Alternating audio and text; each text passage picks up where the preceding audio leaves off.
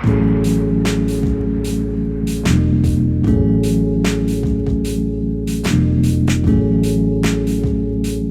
this is Toby and today I'll be showing you how to grow Euphorbia obesa from seed. Now, I have made a video on how to pollinate Euphorbia obesa and get seeds, and this will be a follow-up video from that. We'll use the same seeds from that video to grow.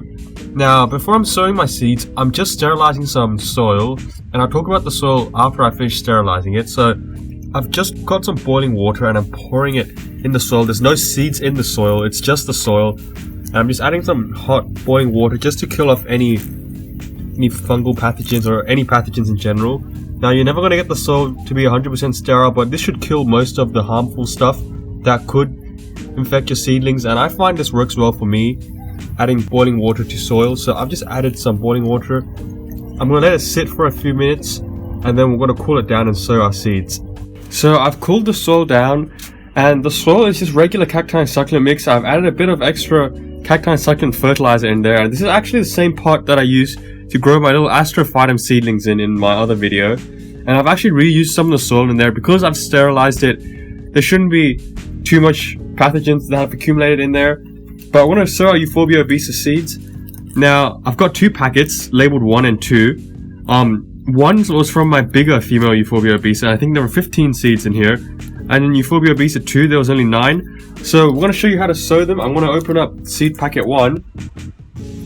And I'm going to sow it on this side, and because I've got more, I will probably sow them, because I've got 15, I think I'll sow them in maybe 5 rows of 3 or 3 rows of 5. Doesn't really matter.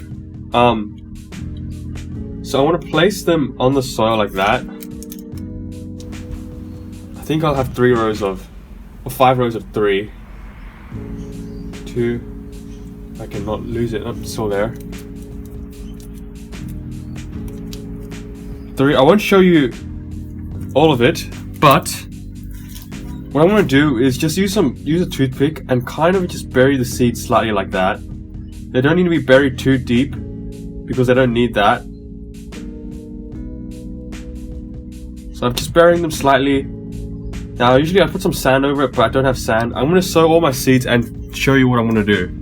So I've just watered all the seeds in.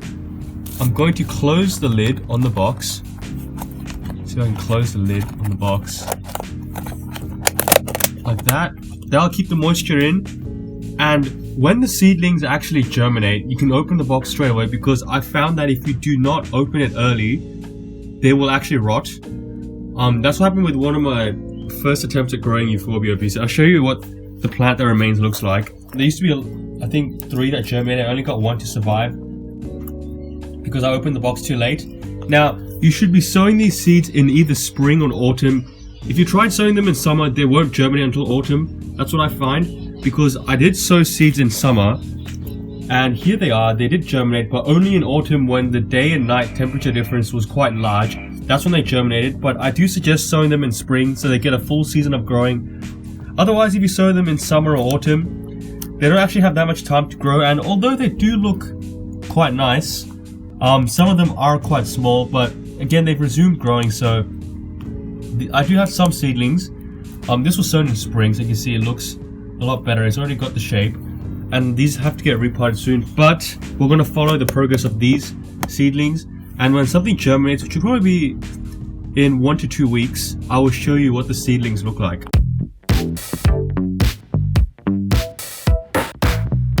Here's an update of the Euphorbia obesa seeds. Let's take the lid off. I'm getting them starting to germinate. I hope you can see that. I'm going to take the lid off now because I don't need the lid anymore. You can see I've already got some fungal stuff growing there, and the seedlings do rot very easily if they're too humid. And if you're growing cacti, you would leave the lid on and you'd just treat the fungal things, and you'd just kind of grow them in there for a month or so. But for the euphorbias, once they do start coming out, they don't need the lid anymore. And I'm going to just take the lid off and we'll let the seedlings germinate. Here's an update of the Euphorbia obesa seedlings. You can see they're still coming out. And if you're wondering what all of this blue stuff is, they're slug pellets. You can see there are actually slugs trying to eat them. Now, maybe I could have not put them because I think Euphorbias, because of that white latex they produce, the slugs probably won't want to eat the seedlings either. But I put them in there just in case there are slugs. And you see there are slugs in there. This is the first time I've seen slugs in there, but I will just remove that slug. You see I've got more seedlings coming out. So on this side I've got 1, 2, 3, 4, 5, 6 so far. I think there was 15 on here. The other one I got 1, 2, 3, 4, 5. So they're still coming out. The cotyledons are still there. You see the actual ball structure is coming out of the stem, and they will eventually look something like this. So I'll let it grow, and when more germinate, I'll show you another update. Here's another update of the Euphorbia obesa seedlings. I just want to show you my other seedlings. I'm just repotting them right now, and you can see they do have very long tap roots. So even though this pot isn't that deep, that's okay. We can always repot into a deeper pot and let the tap roots grow. You see they look very interesting. They look a bit like little lollipops, but these are the ones I've sown in autumn, I think. So they're not even a year old, and these should grow very quickly over the summer. I will have to fertilize them as well just to give them a boost because they are kind of slowing down now, but they're doing quite well. So here's an update of the Euphorbia obesa seedlings. Now that most of the seedlings have come up and have grown to a sufficient size, I'm going to put some top dressing, which is just some grit, around the seedlings. I'm going to move them into the greenhouse where it's warmer, and they will really start to pick up in growth, and you will see their colors start to emerge. It's kind of emerging for some of these seedlings. You can see getting some nice patterns, but I'm going to put some top dressing on. I'm going to show you the ones in the greenhouse. They're much more colorful. So here they are. I've just watered them. I'm about to water my other plants today as well, but let's look at the other Euphorbia obesa seedlings. Remember, these were sown in autumn and these were sown in spring. They're kind of around the same size, but you can see the ones that have been hardening off in the greenhouse, look how much more colorful they are. Look at the patterns on them, looking really beautiful. Whereas this is still mostly green because it's not getting sufficient light. And I will choose some of the best seedlings to keep, and the rest I'll probably sell, but I'm going to show you one more update when these seedlings get a bit bigger over the next few months, maybe over the new year, and then we'll end the video.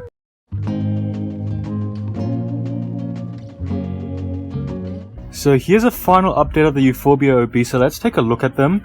On that side, which is the seeds from plant 2, or this plant, which is still blooming right now, and I've just pollinated it. We've got 1, 2, 3, 4, 5 plants, and this side, which is from plant 1, which is from this bigger plant, which isn't blooming right now, we have 1, 2, 3, 4, 5, 6, 7. So I'd say around half of the seeds may germinate now. You can see more of them are still coming up, so I can't say for sure that more won't come up. And again, even you can see when it's dry, they still come up, so that's why I removed the lid very early.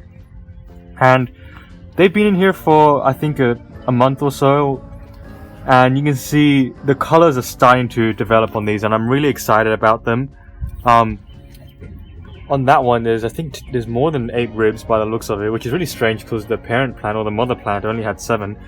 But some of the nicer ones I'll be keeping. The rest I will probably sell or give away. My other seedlings are over there, so they're looking quite nice as well. But I think that's going to be it for this video. I will also make another video, hopefully, when I get those seeds, and show you how to grow these in autumn, because you can actually grow them in autumn, although I do suggest growing them in spring. I've got some Euphorbia obesa X symmetrica seeds here. You see the plant's grown so big that this bag doesn't fit on it anymore.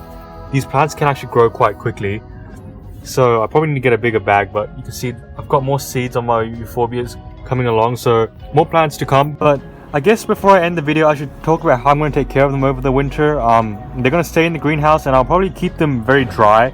Now, if they do look very shriveled, I'll give them a bit of water, but if they're not that shriveled, they don't need water, and I'll just keep them in here. But very excited for how these seedlings are going to develop. I really like the colors on a lot of them, and you can see again just very interesting plants to grow. Very exciting. But anyways, thanks for watching this video. Please like, comment, subscribe, and if you have any questions, leave them in the comment section below and I'll answer them. But anyways, thanks for watching this video, and I'll see you in the next one. Bye.